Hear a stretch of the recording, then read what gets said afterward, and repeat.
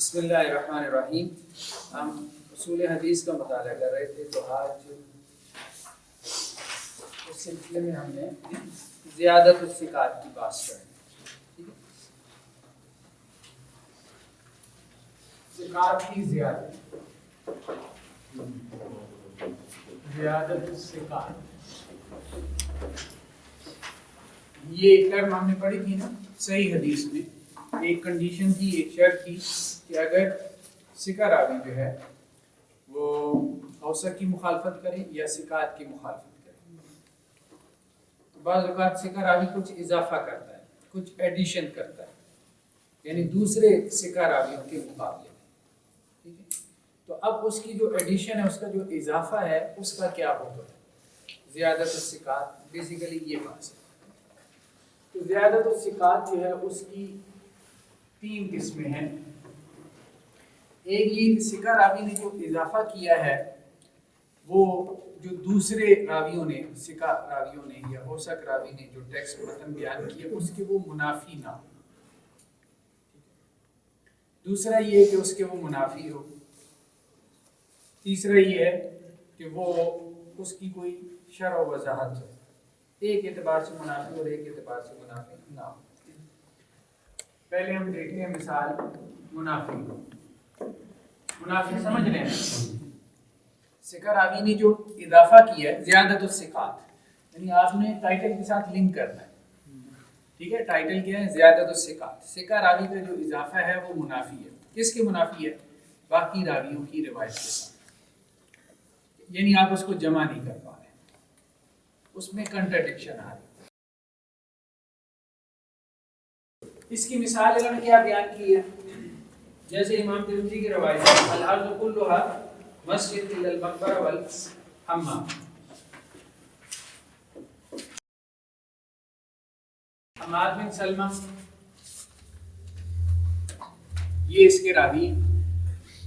حماد بن سلمہ جو ہے اس روایت کو بیان کرتے ہیں عمر بن یحییٰ سے. عمر بن یحییٰ کس سے بیان کرتے ہیں؟ اپنے والد سے. اور وہ کون ہے؟ یحییٰ. ٹھیک ہے، اور یحییٰ کس سے بیان کرتے ہیں؟ ابو سعید خدری سے. ٹھیک ہے، اور وہ کس سے بیان کرتے ہیں؟ وہ اللہ کے رسول صلی اللہ علیہ وسلم سے بیان کرتے ہیں. یہ تو اس حدیث کی ایک سند ہے. اس حدیث کی جو دوسری سند ہے وہ ہے سفیان ثوری سے. سفیان ثوری جب اس حدیث کو بیان کرتے ہیں تو کس سے بیان کرتے ہیں؟ عمر بن یحییٰ، اسی سے. ٹھیک ہے، اور عمر بن یحییٰ کس سے بیان کرتے ہیں؟ یحییٰ کس سے بیان کرتے ہیں؟ عن النبی صلی اللہ علیہ وسلم. ٹھیک ہے، وہ کس سے بیان کرتے ہیں؟ اللہ کے نبی صلی اللہ علیہ وسلم. اب دونوں میں کیا فرق ہوا؟ یہ یہاں پہ النبی صلی اللہ علیہ وسلم، کیا فرق ہوا؟ درمیان میں ابو سعید خدری یعنی ہے، صحابی یعنی ہے. یہ روایت جو ہے وہ موصول ہے. یہ روایت کیا ہے؟ موصول کا مطلب کیا ہے؟ سند اس کی کیا ہے؟ جڑی ہوئی. ٹھیک ہے، جبکہ اس روایت میں کیا ہے؟ یحییٰ جو ہے وہ براہ راست کس سے روایت کرتے ہیں؟ اللہ کے نبی صلی اللہ علیہ وسلم سے، اور یحییٰ صحابی نہیں ہے. ٹھیک ہے، تو یہ روایت کیا ہے؟ منقطع. ایک ہوتی ہے موصول، پھر ہم آگے تفصیل سے پڑھیں گے. ٹھیک ہے، تابعی اگر اللہ کے وسلم سے روایت کرے تو اس کو مرسل بھی کہتے ہیں، لیکن ابھی چونکہ ہم نے وہ اصطلاحات پڑھی نہیں ہے تو یہ روایت کی سند موصول ہے. اس روایت کی سند کیا ہے؟ منقطع. اور اگر تابعی جو ہے، تابعی اللہ کے رسول صلی اللہ علیہ وسلم سے روایت کرے، درمیان میں صحابی کو گرا دے، تو اس روایت کے لیے ایک یہ اس کو ہم کہتے ہیں مرسل. مرسل روایت. مرسل روایت کون سی ہے؟ تابعی اللہ کے رسول سے نقل کر رہا ہے، درمیان میں صحابی کا واسطہ بھی، اس کو مرسل روایت کہتے ہیں. ایسا کیوں کیا؟ جی ایسا کیوں کیا؟ یہ اہم سوال ہے. سوال یہ ہے کہ تابعی نے ایسا کیوں کیا، تو یہ ہم آگے چل کے تفصیل سے پڑھیں گے.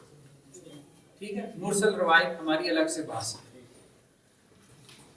اس بندے نے کیوں کیا سفیان الثوری نے؟ تو اس لیے کیا کہ اسے آگے سے سند اسی طرح سے ملی. تو منقطع و مرسل میں کیا فرق ہے؟ منقطع تو یہ ہے کہ کہیں پہ بھی انقطاع واقع ہو جائے، سند میں کسی جگہ پہ بھی انقطاع کوئی راوی گر جائے تو اس کو کیا کہتے ہیں؟ منقطع. لیکن ایک خاص جگہ سے راوی گر جائے یعنی صحابی گر جائے تو اس کو کیا کہتے ہیں؟ مرسل. یعنی منقطع ایک جنرل ٹرم ہے، ایک عام ہے، مرسل اس کی ایک قسم ہو سکتی ہے. لیکن یہ ہم آگے چل کے پڑھیں گے، اس وقت ہمارا یہ ایشو نہیں ہے. ہمارا ایشو یہ ہے حماد بن سلمہ ایک راوی ہے، وہ جب اس روایت کو یہ سے کرا ٹھیک ہے، یہ سفیان ثوری کے اوسط راوی زیادہ دونوں جب اس روایت کو نقل کرتے ہیں، بیان کرتے ہیں، تو دونوں کی بیان میں منافات ہے، ایک دوسرے کے کنٹرڈکشن ہے، کنٹرڈکٹ کر رہے ہیں دونوں کا بیان.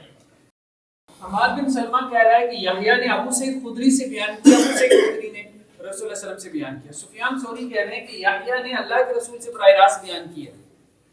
تو کس کی بات مانی جائے گی؟ لیکن ہاں، کس کی بات مانی جائے گی؟ بتائیں. سفیان ثوری کی بات مانی جائے گی. ہم یہ کہیں گے کہ اس حدیث کا حکم کیا ہے. یہ حدیث مرسل ہے، یہ حدیث موصول نہیں ہے. ٹھیک ہے، یہ حدیث کیا ہے؟ مرسل ہے. اس روایت کو کیا کہیں گے؟ اس کو اصطلاح میں اس کو کہیں گے شاذ. کیا کہیں گے؟ شاذ. سکہ راوی کی روایت کیا کہلائے گی؟ شاذ. شاذ کہا تھا نا، اس بکری کو کہتے ہیں جو ریوڑ سے علیحدہ ہو جائے، ٹھیک ہے، سیدھے رستے سے ہٹ گئی، چرتے چرتے ایک طرف کو نکل گئی. تو اس کی روایت کو کہیں گے شاذ. شاذ روایت جو ہے اس کا حکم کیا ہے؟ ہم اس کو نہیں لیں گے. یہ روایت کیا ہوگی؟ جو اوسط کی روایت ہے اس کو کیا کہیں گے؟ محفوظ. یعنی یہ اس اعتبار سے، ایک دوسرے کے اعتبار سے یہ کیا ہے؟ ویسے تو ہم نے کہا نا اس کی سند متصل ہے، ہم نے موصول کہہ دیا، ٹھیک ہے، صحابی گرا ہوا ہم نے مرسل کہہ دیا. ایک دوسرے کے اعتبار سے یہ کیا ہے؟ سکہ راوی کی روایت شاذ کہلائے گی اور اوسط کی روایت محفوظ کہلائے گی. سکہ راوی کی روایت جو ہے وہ شاذ کہلائے گی، سکات کی روایت کیا کہلائے گی؟ محفوظ. یعنی یہ زیادہ محفوظ ہے، اس پہ ہم عمل کریں. لیکن بات یہ سند ایک ہے، سیم سند ہے نا، ٹھیک ہے، سیم سند. عمر بن یحییٰ کے دو شاگرد ہیں، حماد بن سلمہ بھی عمر بن یحییٰ سے بیان کر رہے ہیں، سفیان ثوری بھی عمر بن یحییٰ سے بیان کر رہے ہیں، سند سیم ہے. وہ بھی یہ کہہ رہے ہیں کہ عمر بن یحییٰ ہمارے استاد نے کہا میں نے اپنے استاد سے سنا، یحییٰ سے یعنی اپنے والد سے. بات تو ایک ٹھیک ہوگی، یا یہ ٹھیک بیان کر رہا ہے یا یہ ٹھیک بیان کر رہا ہے، سند سیم ہے نا. یا اس نے بات کو اچھی طرح سے یاد رکھا یا اس نے اچھی طرح سے یاد رکھا، یا یہ بھول گیا یا یہ بھول گیا. ہے تو دونوں سکہ راوی. ہم یہی کہیں گے عدالت کا مسئلہ نہیں ہے، جھوٹ کا مسئلہ نہیں ہے. مسئلہ کیا ہوگا؟ ضبط میں آئے گا، ضبط میں آئے گا. ٹھیک ہے، ہم زیادہ اوسط کی روایت کو اس لیے ہم کہہ رہے ہیں نا کہ وہ ضبط کی وجہ سے اس کا ضبط زیادہ اچھا ہے. تو ہم اس کی عدالت کو موضوع بحث نہ بھی بنائیں تو ہم یہ کہیں گے کہ اس نے زیادہ اچھی طرح سے یاد رکھا، کیونکہ سفیان ثوری بڑے محدثین میں سے ایک نام ہے نا سفیان الثوری کا علم حدیث میں. تو اس لیے ہم کہیں گے کہ انہوں نے اس روایت کو زیادہ اچھی طریقے سے یاد رکھا عمر بن یحییٰ سے، اور وہ یحییٰ سے کے درمیان میں ابو سعید خدری کا واسطہ نہیں ہے. اس بندے کو کہیں غلط فہمی ہوئی ہے، اس کو کوئی اختلاط ہو گیا ہے، اس پہ کوئی معاملہ گڑبڑ ہو گیا، کسی اور حدیث کوئی اس سے ملتی جلتی اس نے سنی ہوگی اور اس نے وہاں پہ ابو سعید خدری کا نام سنا اور اسے یہ غلط فہمی لائی. اس کی مثال صاحب کتاب نے کیا بیان کی ہے؟ علی بن مسہر کس سے روایت کرتے ہیں؟ آمش سے. آمش کس سے روایت کرتے ہیں؟ ابو صالح سے. اور اور ابو صالح کس سے روایت کر رہے ہیں؟ نہیں، عن الاعمش عن ابی صالح و ابی رزین. اعمش کس سے روایت کرتے ہیں؟ دو لوگوں سے. دونوں سے. ان کے دو استاد ہیں. اچھا اچھا. ٹھیک ہے. اور وہ ابو ہریرہ. ہاں، اب ابو صالح لکھ دیں، ابو رزین لکھ دیں. ٹھیک ہے. وہ کس سے روایت کرتے ہیں؟ ابو ہریرہ سے. ایک سند تو یہ. ٹھیک ہے.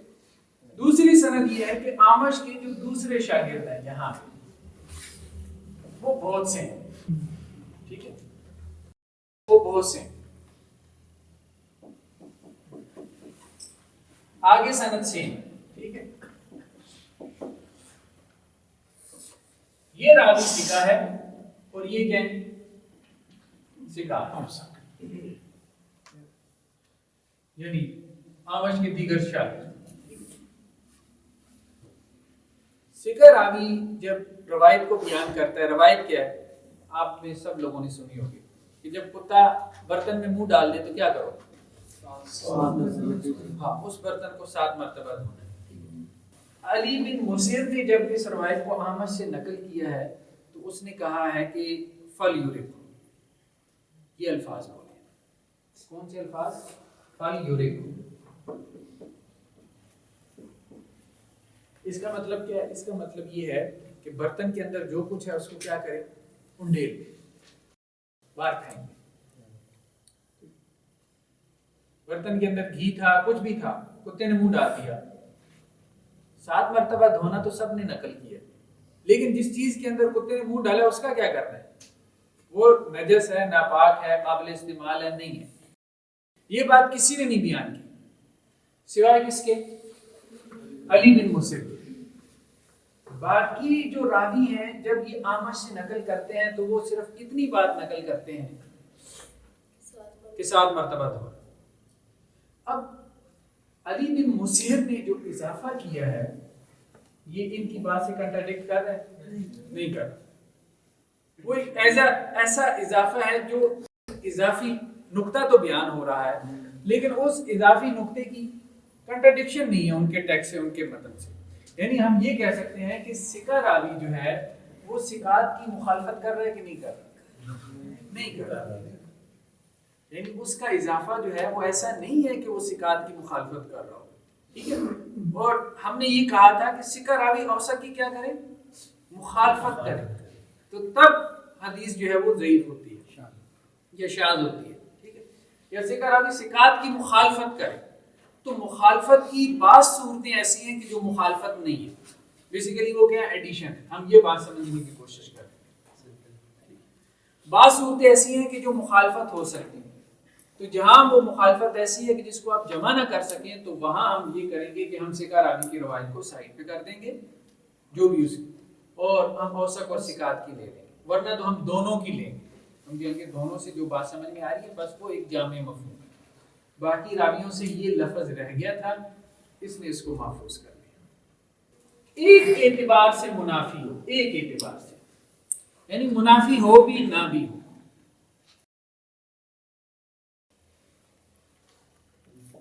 ایک اعتبار سے منافی ہو.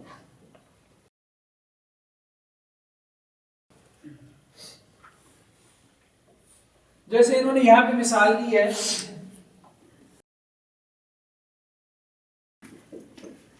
محمد بن سیرین. یہ کس سے نقل کرتے ہیں؟ ابو ہریرہ سے.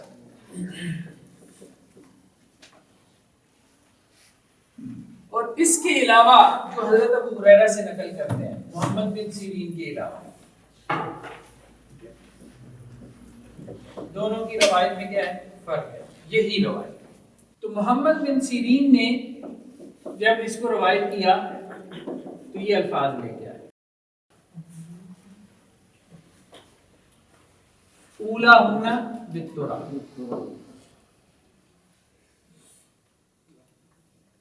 پہلی مرتبہ کیا کرو؟ مٹی سے دھو. پہلی مرتبہ مٹی سے دھو.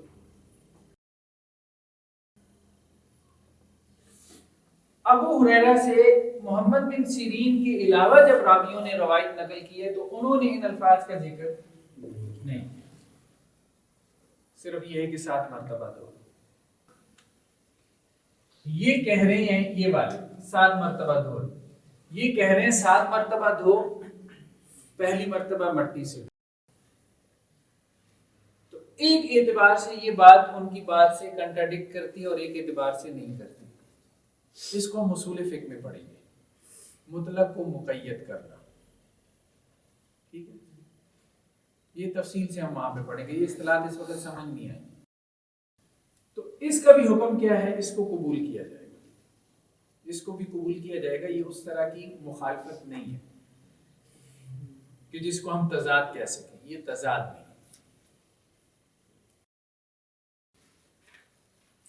تو اولا ہونا بالتراب، اس کو ہم قبول کریں گے، ایسی زیادتی ایسی مخالفت کو ہم کیا کریں گے؟ قبول کریں گے، اور محمد بن سیرین کی روایت کو ہم شاذ نہیں کہیں گے۔ عمل کس پہ کریں؟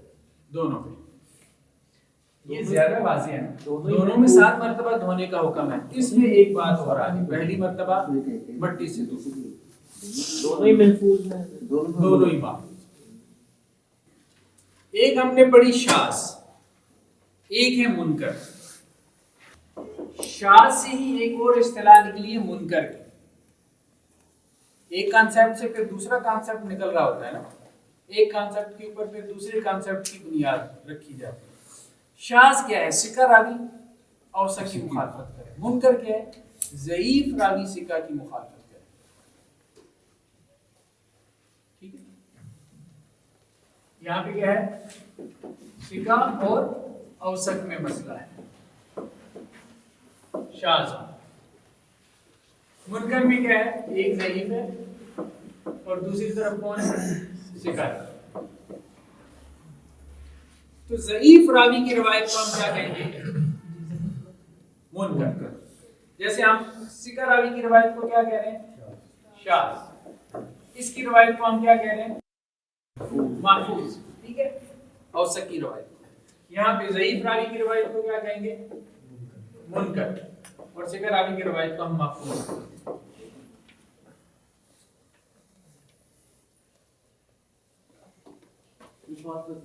جی مخالفت نہیں، روایت ایک ہی ہے نا، روایت ایک ہونے کا مطلب یہ ہے کہ ٹیکسٹ ایک ہے، متن ایک ہے، ایک متن کو ایک ضعیف راوی روایت کر رہا ہے اور اسی متن کو ایک ثقہ راوی روایت کر رہا ہے، دونوں میں کیا ہے؟ کنٹراڈکشن۔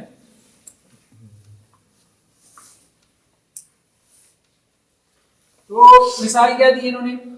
حبیب، حبیب، بعد میں اس کو حبیب بھی کہا ہے، حبیب۔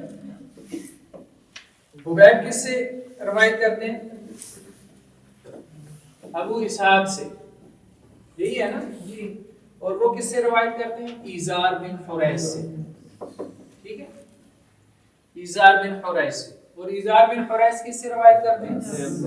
ابن عباس سے، اور ابن عباس کس سے روایت کرتے ہیں؟ نبی صلی اللہ علیہ وسلم سے۔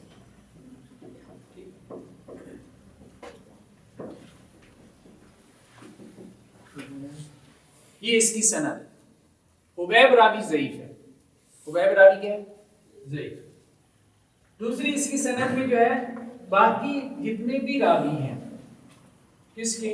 ابو اسحاق کے جو شاگرد ہیں، یہ ایزار سے نقل کرتے ہیں، ایزار جو ہے وہ ابن عباس سے نقل کرتے ہیں، بس۔ یعنی حبیب نے جب اس روایت کو نقل کیا تو اس نے اس کو بنا دیا مرفوع۔ مرفوع روایت کس کو کہتے ہیں؟ اب یہ اصطلاح ہم آگے آگے پڑھتے جائیں گے، تفصیل سے پڑھیں گے، یہ آئیں گے۔ مرفوع اس روایت کو کہتے ہیں جس کی سند رسول اللہ صلی اللہ علیہ وسلم تک پہنچی ہے، اور موقوف اس روایت کو کہتے ہیں جس کی سند کہاں پہنچی ہو؟ صحابی تک، ٹھہر گئی ہو وہاں پہ جا کے، وقف سے ہے نا، یعنی وہ صحابی پہ جا کے ٹھہر گئی۔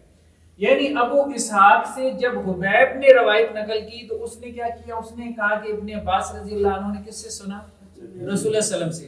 ابو اسحاق کے باقی شاگردوں نے جب اس روایت کو نقل کیا تو انہوں نے کیا کہا کہ ہمیں ابو اسحاق نے یہ بتایا ہے کہ یہ روایت ابن عباس نے بیان کی، ان کی بات ہے، یہ ان کا قول ہے۔ تو ابو اسحاق کے باقی شاگرد اس روایت کو موقوف کے طور پہ بیان کرتے ہیں، حدیث موقوف بناتے ہیں. حبیب اس حدیث کو حدیث مرفوع کے طور پہ نقل کرتا ہے. تو حبیب کی روایت کو ہم کیا کہیں گے؟ منکر ہیں. اور ابو اسحاق کے جو بقیہ شاگرد ہیں ان کی روایت کو ہم کیا کہیں گے؟ محفوظ. ایک مرفوع ہوتی ہے جس کی سند رسول اللہ صلی اللہ علیہ وسلم تک پہنچے، موقوف جس کی سند صحابی تک پہنچے، مقطوع جس کی سند تابعی تک پہنچے یا تابعی سے نیچے تبع تابعی تک پہنچے. یہ روایات بھی صحیح بخاری میں ضعیف بھی ہے. ٹھیک ہے، ان کو معلق روایات کہتے ہیں. اس میں ہم علیحدہ سے پاس کریں.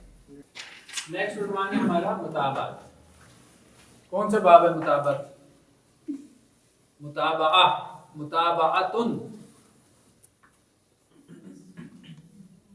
تابع یتابع متابعت. اب بھی نہیں پتہ چلا؟ باب مفعول. ٹھیک ہے، فعل یفعل.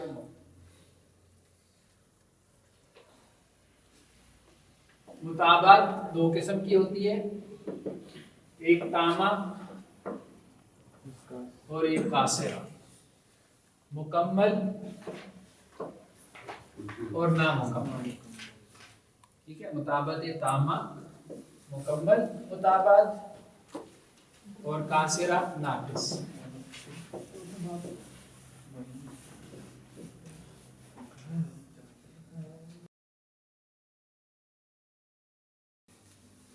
متابعت کسے کہتے ہیں؟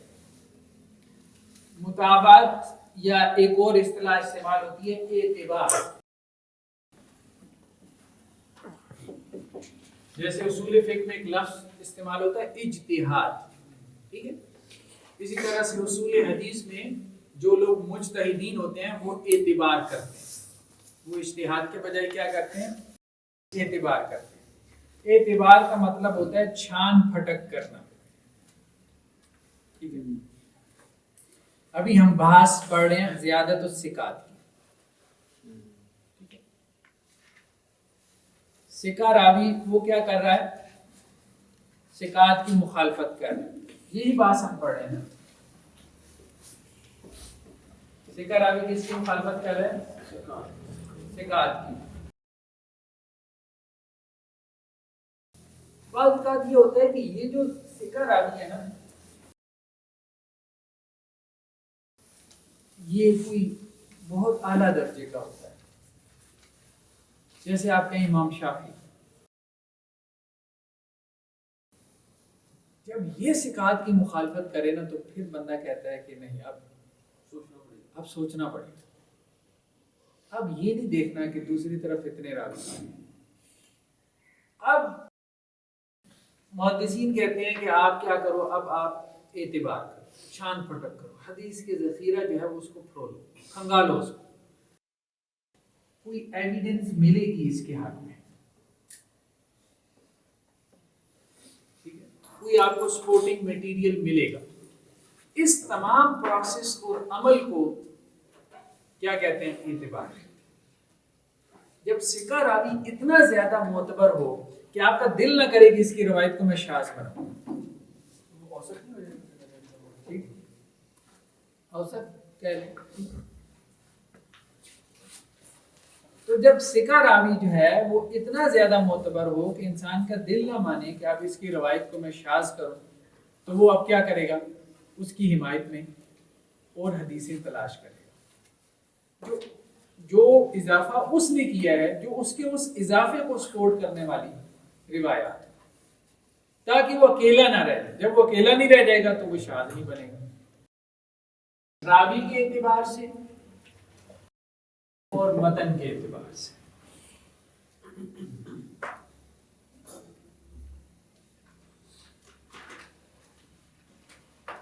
راوی کے اعتبار سے ایک تابع ہے، ایک شاہد ہے.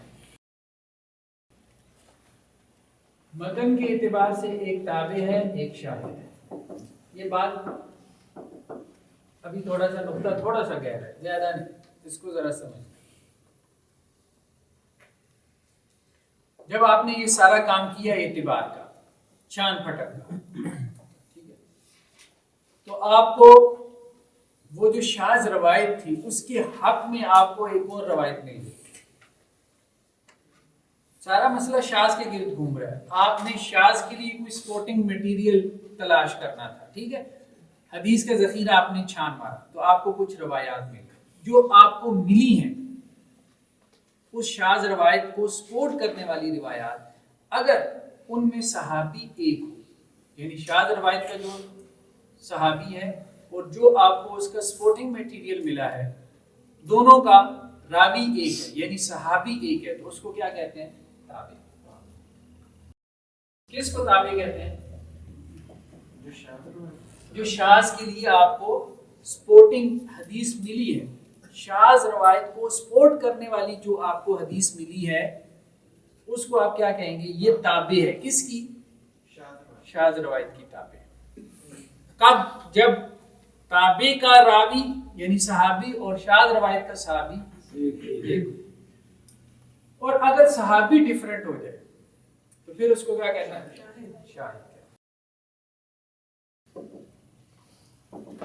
یہ مثالوں سے زیادہ اچھی طرح سے سمجھ آئے گی. ابھی ہم مثالیں پڑھتے ہیں, ٹھیک ہے. دوسرا کیا ہے کہ متن جو ہے وہ سیم. متن سیم ہونے سے مراد کیا ہے؟ لفظ سیم, الفاظ ایک. اگر الفاظ ایک ہوں تو پھر اس کو تابع کہتے ہیں. یعنی شاذ کے لیے جو روایت ہم نے ڈھونڈ نکالی ہے اس روایت کے الفاظ اور شاذ روایت کے الفاظ سیم ہوں تو اس جو دوسری روایت ہم نے ڈھونڈ نکالی ہے اس کو ہم کیا کہیں گے؟ یہ تابع. اور اگر اس کے الفاظ سیم نہ ہو, معنی سیم ہو, معنی سیم بات تو اس کو پھر ہم معنی ایک, اس کو ہم شاہد گواہی مل رہی ہے. گواہی ملی. شاذ جو ہے اس کی سپورٹنگ آرگومنٹ یعنی جو دیکھیں اصل میں ہوا کیا ہے, دیکھیں نا اب تو ہمارے سامنے اس طرح سے ہے نا یہ سب کچھ, چونکہ ہم اسٹڈی کر رہے ہیں, لیکن عملاً ایسا ہوا نہیں ہے جس طرح ہمارے سامنے اس طرح سے نہیں تھا. ٹھیک ہے, ٹائم کے ساتھ, ٹھیک ہے, وقت کے ساتھ یہ سارا پروسیس ہوا. امام شافعی نے ایک روایت نقل کی امام مالک سے. امام مالک کے دوسرے جو شاگرد تھے وہ روایت اس طرح سے نقل نہیں کر رہے تھے. تو محدثین نے کہا کہ امام شافعی کی روایت شاذ ہے. وقت گزرا, کچھ لوگوں نے کہا کہ نہیں ایسے نہ کہیں, ریسرچ کر لیں. ایک پروسیس ہوا ہے نا, ٹھیک ہے, اس پروسیس کے اندر سے پھر اصطلاحات نکلی. اب اس وقت کیونکہ وہ سب کچھ ہو چکا ہے, اگر ہم اس کو اس طرح سے دیکھیں گے کہ ہم اس کو یہ کیوں بنا رہے ہیں, اس کو یوں کیوں بنا رہے ہیں, تو وہ سوال اس وقت سمجھ میں آتا ہے. لیکن عملاً ایسا نہیں. جب ہو رہا تھا تو پھر ایک نیچرل طریقے سے ہو رہا تھا. وہ روایت شاذ بن رہی تھی, ایک خاص وقت میں وہ شاذ ہی کہلاتی تھی, ایک خاص ٹائم پیریڈ کے اندر اس کو شاذ ہی سمجھا جاتا تھا. الا یہ کہ بعد میں آ کے کسی نے تحقیق کی اور اس نے کہا کہ یہ روایت شاذ نہیں ہے. اس لیے کہ امام شافعی کو کیا ہوا, اس نے کچھ تابع اور کچھ شواہد نکال کے دے دی دوسرے ذخیرہ احادیث سے. وہ ذخیرہ حدیث جو اتنا معروف نہیں تھا, جو ان نون تھا, جو سامنے نہیں تھا. ہم مثال پڑھ لیں پھر سوال کریں, ٹھیک ہے. پہلے مثال پڑھ. یہ کہتے ہیں کہ امام شافعی جو ہیں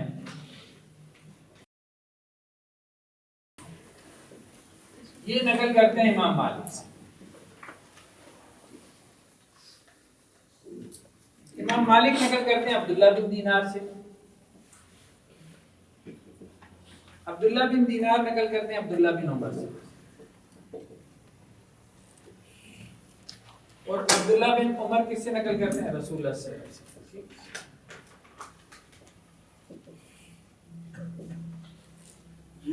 گولڈن چین نہیں, یہ وہ نہیں. لیکن عبداللہ بن دینار بھی باہر بڑے جلیل قدر تابعین سے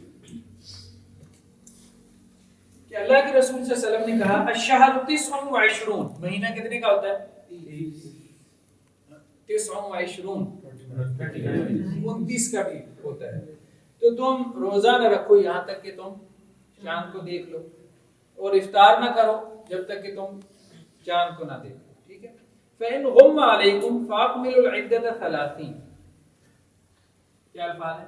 اگر بادل ہو تو کیا کرو؟ 30 پورے کرو. فَأَكْمِلُوا الْعِدَّةَ 30. 30 روزے کیا کرو؟ پورے کرو.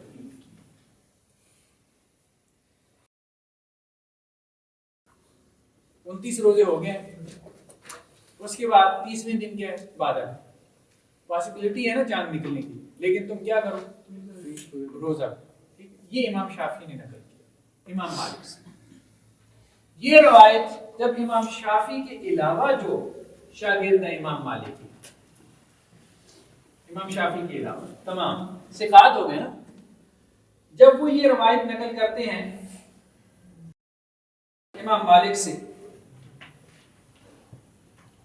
تو وہ کیا کہتے ہیں؟ سیم سند.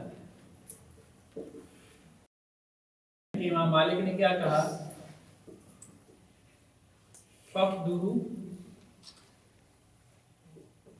لا, اندازہ لگا. کیا کرو؟ دونوں باتوں میں کنٹرڈکشن ہے. جمع کر سکتے ہیں؟ نہیں کر سکتے. یا اندازہ لگائیں گے یا روزہ رکھیں گے. دارو تو ویسے سارے لوگ یہی لگائیں گے کہ نہ رکھیں. تو اب ثقہ راوی نے ثقات کی کیا کی؟ مخالفت کی. ثقہ راوی کی روایت کیا ہے؟ شاذ ہے. ثقات کی روایت کیا ہے؟ محفوظ. کچھ محدثین نے کیا کیا؟ بعد میں آ کے اعتبار کیا کہ امام شافعی ایسے نہیں بیان کر سکتے. تو انہوں نے کہا کہ ہمیں اس کے لیے جو ہے وہ کوئی روایت ڈھونڈنی چاہیے. اب یہ وہ دور ہے کہ ابھی تک کتابیں مدون بھی نہیں, ٹھیک ہے نا, تدوین بھی کتابوں کے بعد میں شروع ہوئی ہے نا. آج ہم کہیں کہ صحیح بخاری میں ہے امام شافعی کو جو سپورٹ کرنے والی حدیث ہے. ڈیبیٹ تو ظاہری بات ہے اس وقت چل رہی تھی جب احادیث زبانی کلامی نقل ہو رہی تھی, تو اس وقت کنفیوژن زیادہ ہوتی تھی جب کتابیں بھی مدون نہیں, کمپائل نہیں. اب ایک اور راوی ہیں صحیح بخاری کے, عبداللہ بن مسلمہ, یہ بھی امام مالک سے نقل کرتے ہیں. آگے سند کیا ہے؟ سیم. انہوں نے بھی کیا الفاظ استعمال کیے؟ یہی فَأَكْمِلُوا الْعِدَّةَ 30. اس کو ہم کیا کہیں گے؟ مطابقت تامہ, مکمل مطابقت.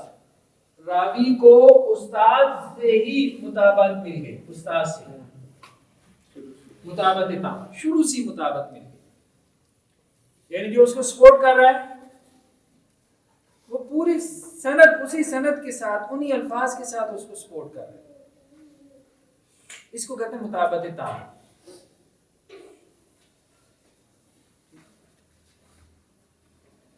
یعنی اخیر درجے کی ہم کہہ سکتے ہیں نا, اس کو سپورٹ مل گئی.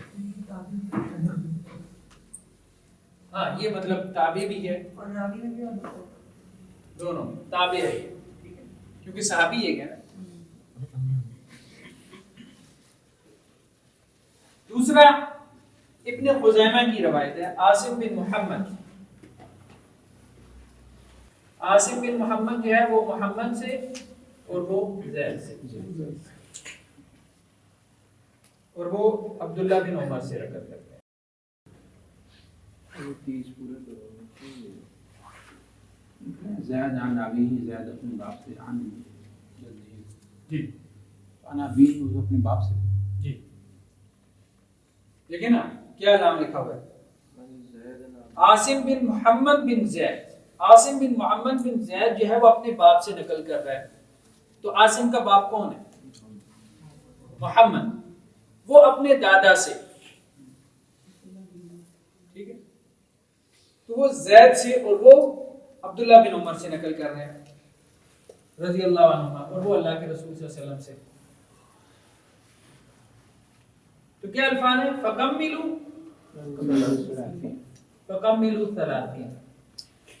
30.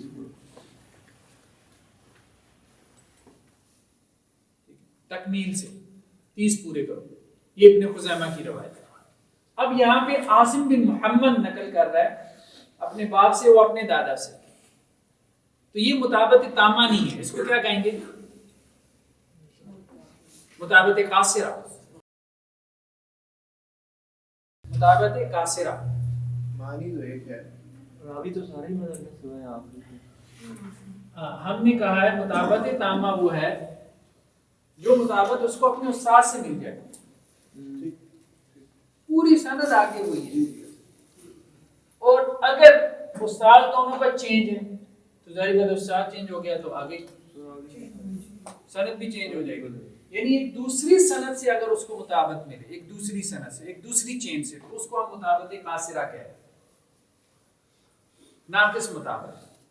اگر اسی سند سے اس کو مطابقت ملے تو ہم اس کو مطابقت تامہ کہتے ہیں. ہیں دونوں تابع, ہیں دونوں تابع. یہ روایت بھی یہ روایت بھی تابع ہے. کس کی؟ اس روایت امام شافعی کی روایت کی. یہ بھی تابع ہے, یہ بھی تابع. الفاظ ایک ہی ہیں. الفاظ ایک ہی. یہ متن کے اعتبار سے تابع لیکن راوی کے اعتبار سے تابع نہیں.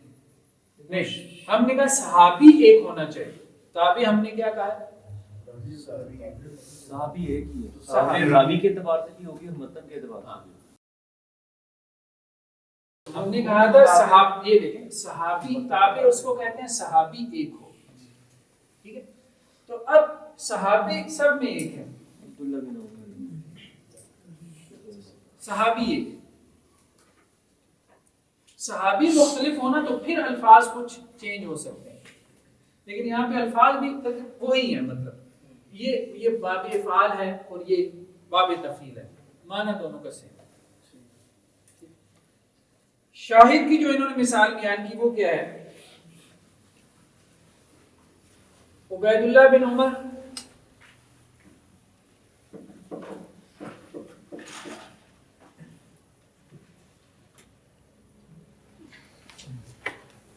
وہ نافع سے اور وہ عبداللہ بن عمر سے. الفاظ کیا ہیں؟ فَقْدُرُوا ثَلَاثٍ.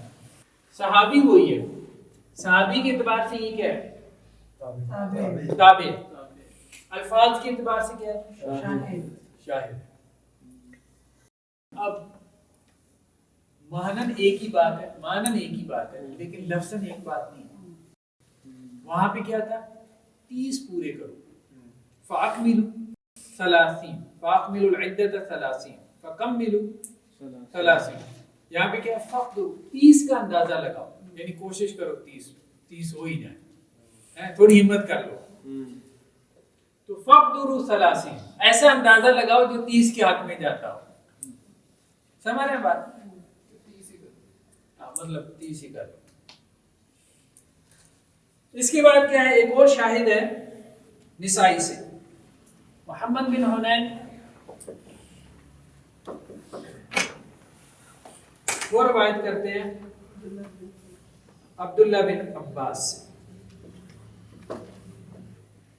کیا الفاظ ہیں؟ فَأَكْمِلُوا الْعِدَّةَ 30.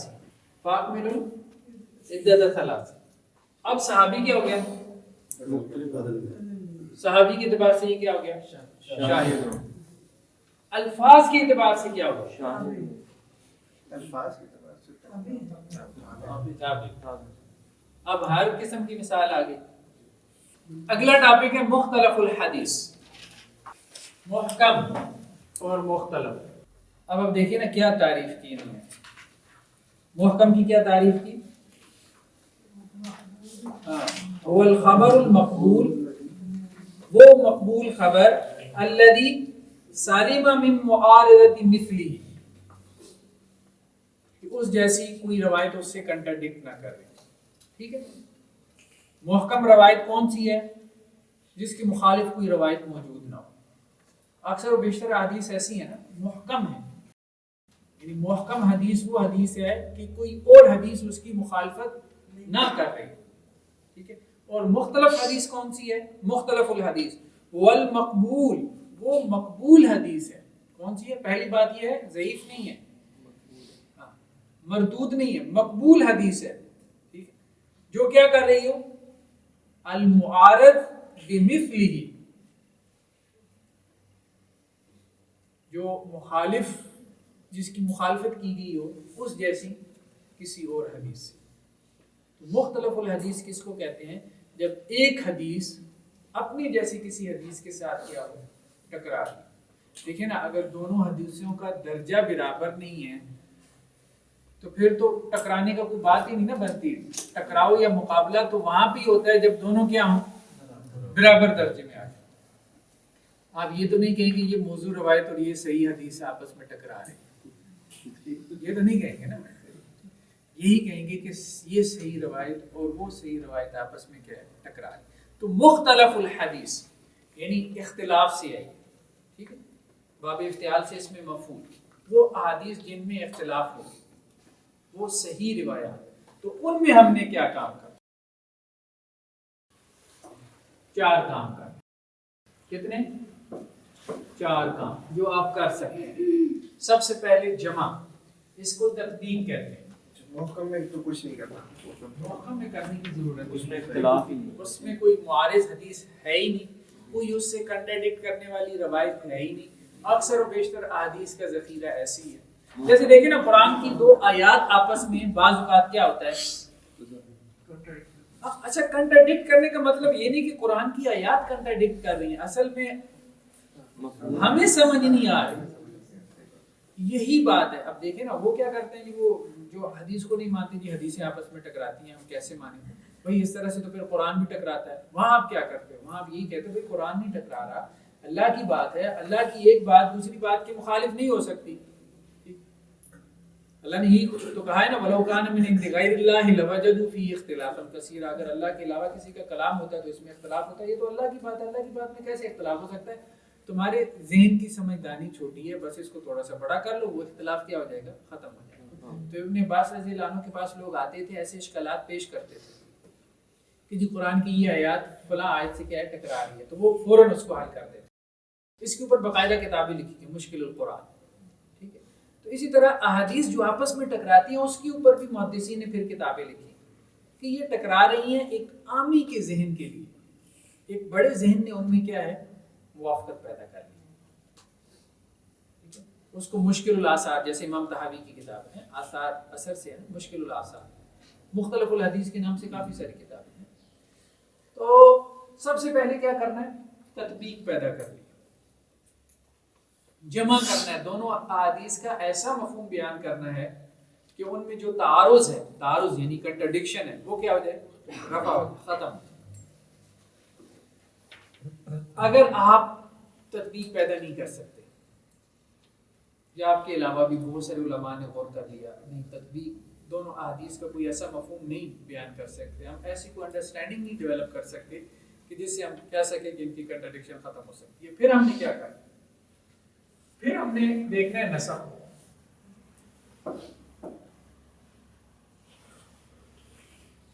ایک حدیث کو ناسخ بنائیں گے، ایک کو منسوخ بنائیں گے. نسخ تو سمجھتے ہیں نا، نسخ کا کانسیپٹ واضح ہے، بنیادی بنیادی ایبروگیشن جسے کہتے ہیں. ٹھیک ہے. تیسرا کیا ہے، ترجیح. پریفر کرنا ہے، ایک حدیث کو آپ نے دوسری کے اوپر پریفر کرنا ہے کسی وجہ سے، اور وجوہات بہت ساری ہوتی ہیں. جیسے ایک صحیح حدیث بخاری کی ہے اور ایک صحیح حدیث ابن ماجہ کی ہے، تو آپ کیا کریں گے، دونوں میں کنٹرڈکشن ہو جائے گا، بخاری والی کو ترجیح دیں گے. ٹھیک ہے. تو وہ بہت ساری وجوہات ہیں، ان کو کہتے ہیں وجوہات ترجیح. اللہ نہ کرے اگر کچھ بھی ممکن نہ ہو تو پھر کیا ہے، توقف کریں. ٹھیک ہے. توقف سے مراد یہ ہے کہ ہم دونوں پہ عمل نہیں کریں گے. ہم کہیں گے کہ ہم سے حل نہیں ہوئی،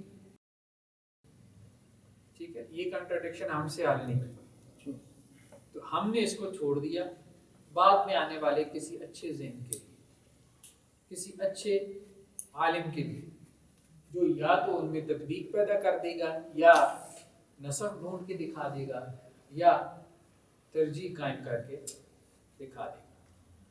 ٹھیک، نسخ میں ایک کو ہم ناسخ اور دوسرے کو منسوخ بنا دیں. نسخ کا علم بعض اوقات روایت سے ہوتا ہے، بعض اوقات نسخ کا علم جو ہے وہ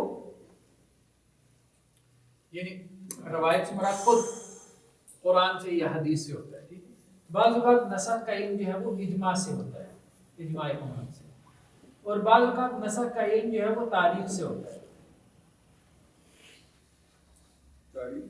تاریخ ہسٹوریکل. پہلے تو آئیں تحقیق کی طرف. اللہ کے وسلم کی ایک حدیث ہے، فر من المظلوم فرارک من الاسد. مجزوم سے کوڑی سمجھتے ہیں، خاص قسم کی سکن کی بیماری. مجزوم سے ایسے بھاگو جیسے تم شیر سے بھاگو. فر من المظلوم. ٹھیک ہے. دوسری روایت ہے لا ادوا ولا دیا، کوئی بیماری متعدی نہیں ہوتی. پہلی روایت کیا کہہ رہی ہے؟ مجزوم سے بھاگو. اس کا مطلب کیا نکلتا ہے؟ متعدی بیماری. دوسری روایت کیا ہے؟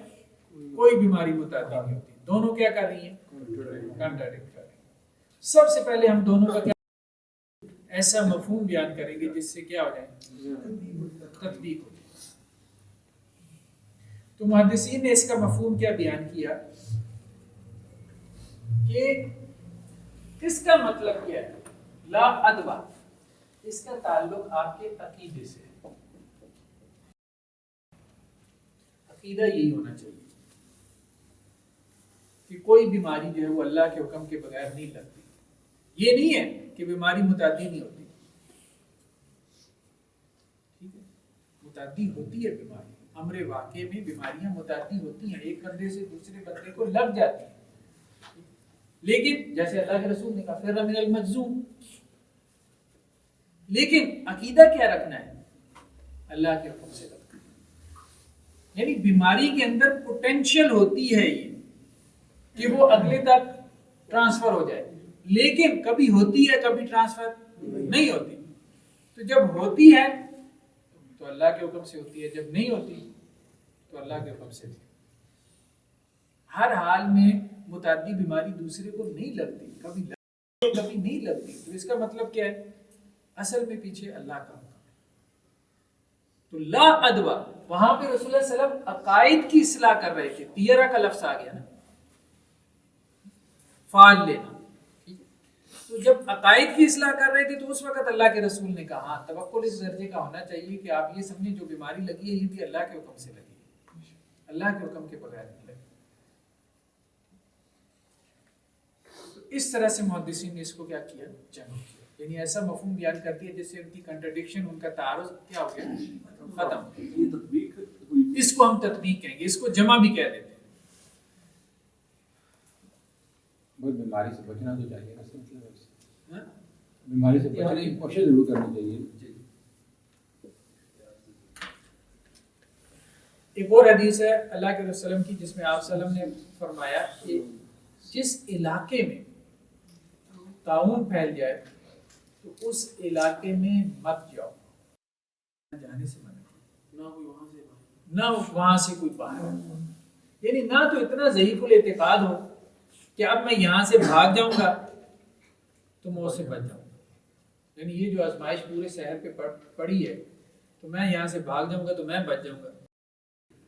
تو نہ اتنا زیادہ جو ہے وہ مطلب کہیں کہ جی اب پہاڑ سے میں نیچے چھلانگ لگا دوں تو اللہ تعالیٰ جو ہے وہ مجھے بچا لے گا.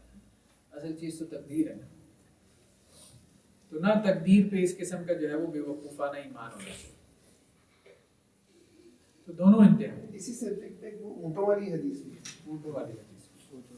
دوسرا ہے نسخ. جیسے رسول اللہ صلی اللہ علیہ وسلم کی ایک حدیث ہے کہ میں نے تمہیں قبروں کی زیارت سے منع کیا تھا. حدیث کے الفاظ کن تو نہایتکم عن زیارت، میں نے تمہیں قبروں کی زیارت سے منع کیا تھا. فزوروا، اب ان کی زیارت کرو. ٹھیک ہے، کیوں زیارت کرو؟ فإنها تذکر الآخرہ، وہ آخرت یاد کرواتی. شروع اسلام میں قبروں کی زیارت، قبرستان کو وزٹ کرنا منع کر دیا گیا تھا، مردوں کے لیے بھی عورتوں کے لیے بھی، دونوں کے لیے.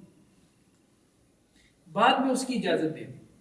شروع میں اس لیے نہیں اجازت دی کیونکہ ابھی ابھی شرک سے اسلام کی طرف آئے تھے، تو وہی بت پرستی سے قبر پرستی شروع ہو جاتی. تو جب اللہ کے وسلم نے دیکھا کہ لوگوں کے عقائد پختہ ہو گئے تو اب کہا کہ اب قبرستان میں جاؤ. اب کس نیت سے جانا ہے؟ آخرت، عبرت حاصل کرنا. تو پھر صحابہ جاتے تھے عبرت کے لیے.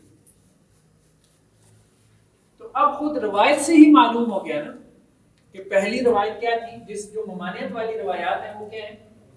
وہ منسوخ ہے. قبرستان جانے سے جو منع کرنے والی روایات ہیں وہ کیا ہیں؟ وہ منسوخ ہے. اجازت والی روایات ان کی کیا ہے؟ ناسخ. دوسرا کیا ہے؟ صحابی کا قول، قول صحابی. قول صحابی سے ہمیں نسخ کا علم ہے. جیسے حضرت جابر کی روایت، کیا روایت ہے؟ کانا آخر الامرین، اللہ کے رسول صلی اللہ علیہ وسلم کا دو میں سے آخری معاملہ کیا تھا؟ ترک الوضو مما مست النار، کہ آپ صلی اللہ علیہ وسلم وضو نہیں کرتے تھے اس چیز سے کہ جس کو آگ نے چھوا. بعض روایات میں یہ آتا ہے کہ اگر آگ پہ کوئی چیز پکائی جاتی تھی نا آگ کے اوپر، جیسے پانی گرم کیا، اسی طرح سے کوئی اور چیز ہنڈیا وغیرہ سب کچھ ہم آگ پہ پکاتے ہیں، تو آپ صلی اللہ علیہ وسلم اگر آگ پہ پکی ہوئی چیز تناول کرتے تھے تو اس کے بعد وضو کرتے تھے. بعض روایات میں آتا ہے. ٹھیک ہے، لیکن صحابی کیا کہہ رہے ہیں؟ کانا آخر الامرین، اللہ کے وسلم کا آخری معاملہ کیا تھا کہ آگ پہ پکی چیز کھانے کے بعد آپ نے وضو نہیں کیا. تو گویا وہ پہلے تھا وہ منسوخ ہو گیا. ٹھیک ہے، ناسخ یہ ہے. تو قول صحابی سے بعض اوقات نسخ کا علم ہوتا ہے. ہم یہ بات کر رہے ہیں کبھی نسخ کا علم خود روایت سے ہو گیا، کبھی صحابی کے قول سے ہو گیا. کہ آپ صلی اللہ علیہ وسلم کا ناسخ عمل کون سا ہے، ناسخ سنت کون سی ہے اور منسوخ کون سی ہے. تیسرا اجماع سے معلوم ہوتا ہے، یعنی امت کا اجماع ہو جائے. ٹھیک ہے، یہ روایت ناسخ ہے اور دوسری کیا ہے؟ منسوخ ہے. اور چوتھا تاریخ سے. جو تو تاریخ سے ہے نا یہ اجتہادی ہے، یہ معاملہ اجتہادی ہے.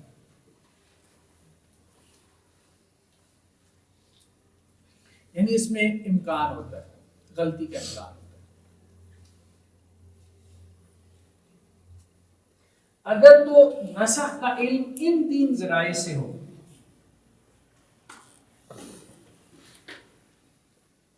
تو پھر نسخ کو ترجیح ہوگی ترجیح پر. جی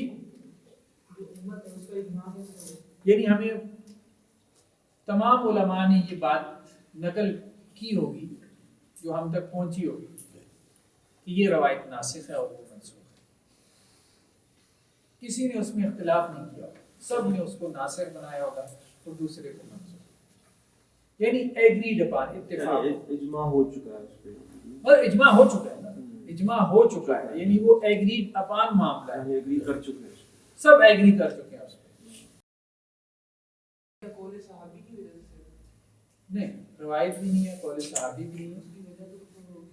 اس کی اجماع اس کی وجہ یہ ہے کہ ایک چیز متاخر ہے ایک پہلے. ہسٹوریکلی بعض اوقات ایک چیز بعد میں ہوتی ہے اور ایک چیز پہلے ہوتی ہے. تاریخی اعتبار سے بعض ہمیں شواہد مل جاتے ہیں، بعض ہمیں قرائن مل جاتے ہیں. ٹھیک ہے، سیرت کیا ہے؟ سیرت اللہ کے رسول صلی اللہ علیہ وسلم کا ایک تاریخی آرڈر ہے نا، ایک ٹائم لائن ہے نا. ایک سفر جو ہے وہ ایک طرف ایک رخ پہ بڑھ رہا ہے. تو اب ایک واقعہ دوسرے واقعے کے بعد ہوا ہے. بدر پہلے ہوا ہے، احد بعد میں ہوا ہے. ٹھیک ہے، خندق اس کے بعد ہوا ہے، فتح مکہ اس کے بعد ہوا ہے. تو یہ پوری ٹائم لائن ہے. مکہ کی زندگی پہلے ہے، مدنی زندگی بعد میں. کچھ واقعات فتح مکہ کے بعد ہوئی ہے، کچھ حجۃ الوداع کے موقع پہ ہوئی ہے. تو اب کیا ہے کہ ایک کچھ قرائن ہیں، کچھ شواہد ہیں جن سے معلوم ہو رہا ہے کہ یہ روایت کیا ہے، بعد میں ہے یہ پہلے. یا مثال کے طور پہ صحابہ کرام کا اسلام لانا. حضرت ابو ہریرہ اسلام لائے ہیں غزوہ خیبر کے بعد. اب وہ جو روایت نقل کریں گے اللہ کے رسول وسلم کی تو وہ کون سی ہوگی؟ جو کم از کم 7 ہجری سے شروع ہوگی. ٹھیک ہے. اب ایک اور صحابی ہیں حضرت زید بن ثابت. اب یہ تو مکہ میں ایمان لے آئے تھے، یہ کوئی روایت بیان کریں گے تو اب ظاہری بات ہے کہ یہ مطلب پہلے کی ہوگی یا بعد میں ہوگی. تو کہنے کا مقصد یہ ہے کہ مختلف قرائن ہوتے ہیں. صحابہ کرام کی زندگی، رسول اللہ صلی اللہ علیہ وسلم کی جو بایوگرافی ہے، اس سے ہمیں یہ معلوم ہوتا ہے کہ ایک چیز پہلے ہے ایک بعد میں. جب اس کے اوپر اتفاق ہو جائے کہ یہ پہلے ہے یہ بعد میں ہے تو اس کو ہم اجماع کہتے ہیں. جب اتفاق نہ ہو تو وہ ایک رائے ہے، وہ ایک اجتہادی رائے. تو جو نقطہ میں بیان کر رہا تھا وہ نقطہ کیا ہے؟ اگر نسخ کا علم روایت سے ہو، قول صحابی سے ہو یا اجماع سے ہو تو نسخ کو ترجیح دیں گے ترجیح پہ. یعنی نسخ پہلے ہوگا، ترجیح بعد میں ہوگا. سب سے پہلے ہم تطبیق دیں گے، نسخ کی طرف نہیں جائیں گے. اچھا اس میں بھی اختلاف ہے. حناف کے ہاں کیا ہے؟ حناف کے ہاں سب سے پہلے ناسخ و منسوخ معلوم کیا جاتا ہے، وہ تطبیق کی طرف نہیں جاتے. ٹھیک ہے. وہ کہتے ہیں کہ یہ روایات ناسخ ہیں، وہ دوسری کے ہیں. جیسے مطلب ان کے یہاں ہے معروف ہے کہ جی رفع الیدین منسوخ ہو گیا تھا. وہ تطبیق کی طرف نہیں جاتے، وہ کیا کرتے ہیں؟ ناسخ اور منسوخ کی طرف جاتے ہیں. ان کے پرنسپل میں سب سے پہلے نمبر پہ نسخ ہے. محدثین کیا کہتے ہیں؟ وہ کہتے ہیں اللہ اور اس کے رسول کے کلام میں کنٹراڈکشن نہیں ہو سکتی، تو نسخ نہیں تلاش کرنا چاہیے بلکہ سب سے پہلے اس کو جمع کرنا چاہیے. جمع کرنا ممکن نہ ہو تو پھر نسخ کی طرف جانا چاہیے. یہ بھی ایک اختلاف ہے محدثین اور احناف کا. محدثین پہلے تطبیق کی طرف جاتے ہیں، تطبیق ممکن نہ ہو تو پھر نسخ کی طرف جاتے ہیں. احناف پہلے نسخ کی طرف جاتے ہیں، نسخ ان سے نہ ہو سکے تو پھر وہ تطبیق کی طرف جاتے ہیں. ایک بات تو یہ ہوگی. دوسری بات ہم نے یہ کی ہے کہ تطبیق کے بعد نسخ ہے. کون سا نسخ؟ جو ان 3 ذرائع سے ثابت ہے. جو نسخ تو تاریخ سے ثابت ہوا تو یہ کیا ہے؟ یہ وجوہات ترجیح میں سے ایک وجہ ترجیح ہے. یہ سمجھ رہے ہیں بات؟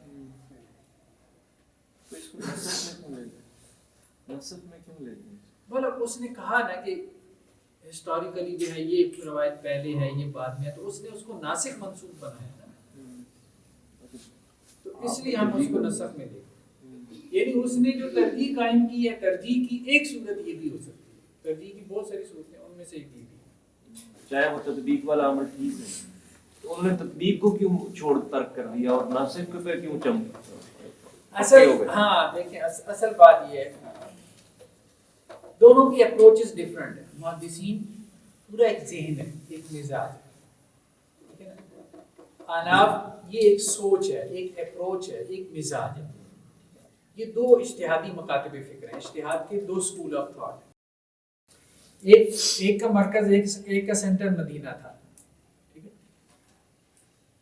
اس کے جو مسند نشین تھے یا گدی نشین آپ کہہ رہے ہیں وہ امام مالک تھے.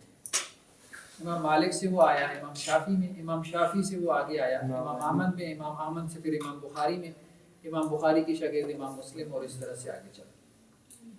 دوسرے کا مرکز جو ہے وہ کوفہ تھا، وہ احناف کا تھا. چلے دونوں صحابہ سے کوفہ میں بھی بڑے بڑے صحابہ گئے تھے، حضرت عبداللہ ابن مسعود وغیرہ.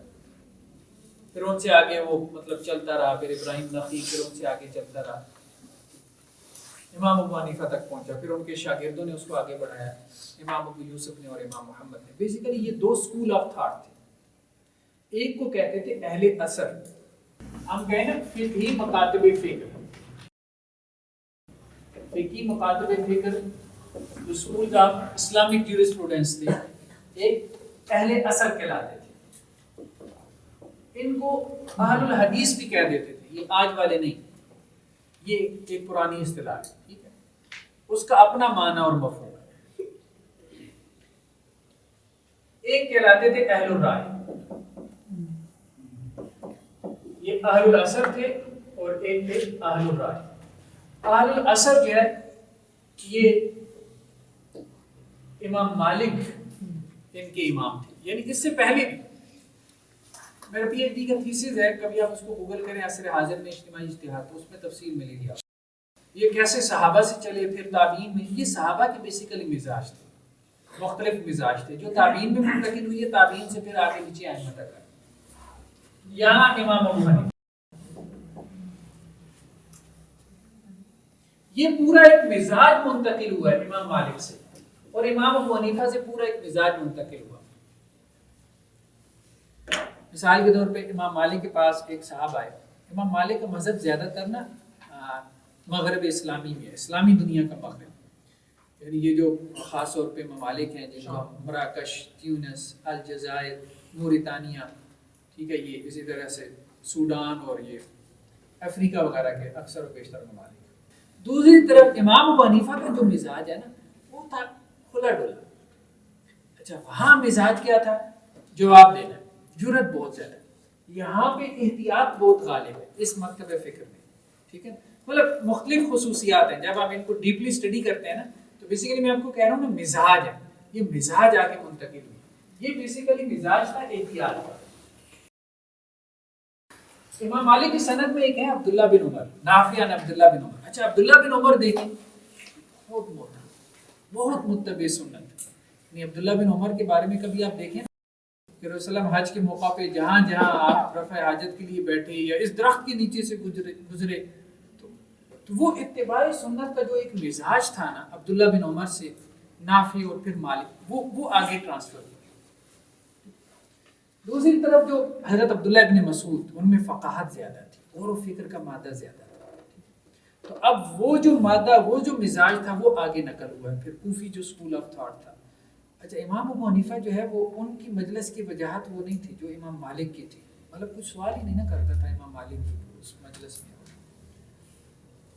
روایت تک اپنے آپ کو مانی۔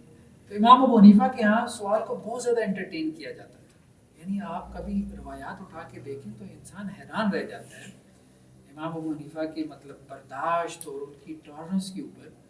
تو کئی لوگوں کے بارے میں آتا ہے کہ وہ جب کہ بحث ہو رہی ہوتی تھی نا، اس طرح اوپن ڈسکشن ہوتی تھی تو امام صاحب کی مجلس میں تو کنکریاں اٹھا کے بھی پھینک دیتے تھے امام صاحب کی طرف چپ کرانے کے لیے، لیکن وہ آگے سے نہیں بولتے تھے، تو مطلب اس پہ کوئی کمنٹ نہیں کرتے تھے کہ اس نے کیوں کنکر اٹھا کے میری طرف پھینکا۔ تو وہاں پہ یہ والا مزاج پہ ہوا، اس لیے وہاں پہ فقہ تقدیری جسے کہتے ہیں کہ سپوز کیا گیا، ٹھیک ہے، وہ کیا کرتے تھے، وہ سپوزیشن کے اوپر چلتے تھے، مسئلہ کسی نے پوچھا بھی نہیں ہے، سپوز کریں اگر یہ کیفیت ہو، یہ کنڈیشن ہو تو اس کا کیا حل ہو۔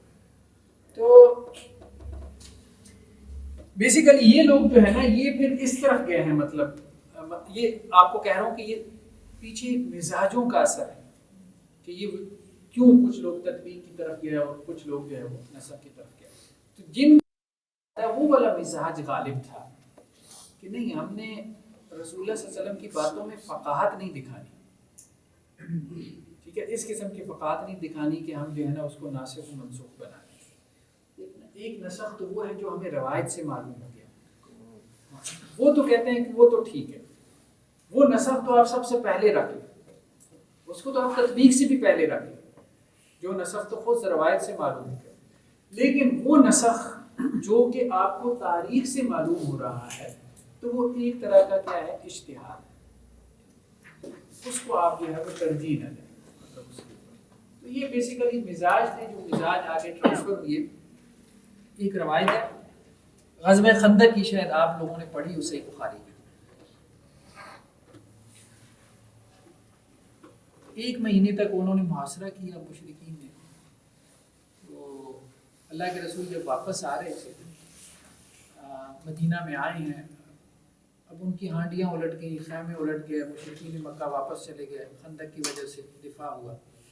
اس میں ایک قبیلہ تھا یہود کا، بنو قریظہ، جس نے بدعہدی کی پیچھے سے، مطلب کوشش کی تھی، بددیانتی۔ لیکن یہ ہے کہ مسلمان ابھی مشرکین کے ساتھ الجھی ہوئی تھی، پورا عرب چڑھ دوڑا تھا مدینہ کے اوپر۔ وہ یہ ہے کہ رسول اللہ صلی اللہ علیہ وسلم جب واپس لوٹے ہیں اپنے گھروں کو صحابہ، تو ہر جبریل آ گئے، وہ کہنے لگے کہ آپ نے ہتھیار اتار دیے۔ اللہ کے رسول نے کیا مسئلہ کیا؟ کہنے لگے فرشتوں نے نہیں اتارے۔ تو اللہ کے رسول نے کہا کیا حکم ہے؟ اللہ تعالیٰ یہ کہہ رہے ہیں کہ بنو قریظہ کی بستیوں کا محاصرہ کر رہے ہیں۔ اب لوگ ابھی تھکے ہوئے ہیں، 1 ماہ، پھر اس کے بعد خندق کھودنا، سب کچھ۔ اللہ کے رسول نے ایک صحابی کو بھیجا، بھائی منادی کرو کہ عصر کی نماز جو ہے نا بنو قریظہ کی بستیوں میں پڑھ۔ تو اب الفاظ اس قسم کے تھے کہ تم سب جو ہے وہ بنو قریظہ کی بستیوں میں جا کے اس کے پاس جا کے تو اپنے، وہ ایسی ہے جیسے لاہور سے شاہدرہ ذرا باہر، اسی طرح مدینہ سے ذرا باہر کی بنو قریظہ کی چھوٹے چھوٹے سے قلعے تھے، گڑیاں تھیں جو یہودیوں نے بنائی تھی، ان کا محاصرہ کر رہے ہیں۔ اب صحابہ جیسے جیسے آئے تھے ویسے ویسے نکلنا شروع ہو گئے، کوئی 2 4 8 10 12 کی ٹولیوں میں۔ تو راستے میں عصر کی نماز کا وقت ہو گیا۔ جب راستے میں نماز کے وقت ہو گیا تو کچھ صحابہ نے کہا کہ ہم نے عصر کی نماز راستے میں پڑھی، کچھ نے کہا ہم نے وہاں پڑھی۔ تو جنہوں نے کہا ہم نے راستے میں پڑھنی ہے، انہوں نے کہا رسول اللہ صلی اللہ علیہ وسلم کے کہنے کا مقصد یہ تھا جلدی پہنچو تاکہ عصر وہاں پڑھ۔ اب ہم جلدی تو پہنچ نہیں پائے، تو عصر ہمیں راستے میں ہو گئی تو ہم راستے میں پڑھ لیتے ہیں، کیونکہ قرآن میں یہ ہے کہ آپ نماز جو ہے وہ وقت پہ پڑھو۔ دوسرے جو لوگ تھے انہوں نے کہا کہ نہیں، اللہ کے رسول نے کہا کہ عصر وہاں پڑھنا۔ ظاہری الفاظ اللہ کے رسول کے لیے، ہمیں نہیں معلوم کہ اس کا گہرا مفہوم کیا نکلتا ہے۔ ہم تو وہاں جا کے عصر پڑھیں گے، بھلے مغرب کے بعد پہنچے بھلے عشاء کے بعد پہنچے۔ تو انہوں نے بعض نے مغرب کے بعد، بعض نے عشاء کے بعد جا کے نماز پڑھی، اور اللہ کے رسول کے سامنے دونوں معاملات پیش ہوئے تو اللہ کے رسول نے دونوں کو درست قرار دیا۔ تو مختلف ذوق تھے صحابہ کرام، مختلف ذوق تھے، کچھ فقاہت کی طرف تھے، کچھ ظاہر کی طرف تھے۔ مطلب یوں نہیں کہنا چاہیے یہ ظاہر پرست ہیں، ظاہر کی طرف جاتے ہیں۔ اللہ کے رسول صلی اللہ علیہ وسلم نے مطلب دونوں کو درست کرا دیا۔ ٹھیک ہے، انسان کی ایک فریکوینسی میچ کر جاتی ہے، کبھی فقاہت والوں کے ساتھ، کبھی ظاہر کی اتباع کرنے والوں کے ساتھ۔ جس کے ساتھ آپ کی فریکوینسی میچ کرتی ہے آپ اس کے ساتھ چلتے رہیں۔ لیکن رسول اللہ صلی اللہ علیہ وسلم کے صحابہ میں ہر قسم کا مزاج موجود تھا، وہی مزاج آگے ائمہ تک پہنچے، اور وہی مزاج کا تنوع ہم ان کے ہاں دیکھتے رہتے ہیں۔ چلیں جی، پھر آج اتنا ہی کافی ہے۔ سبحانک اللہم و بحمدک، نشہد ان لا الہ الا انت، نستغفرک۔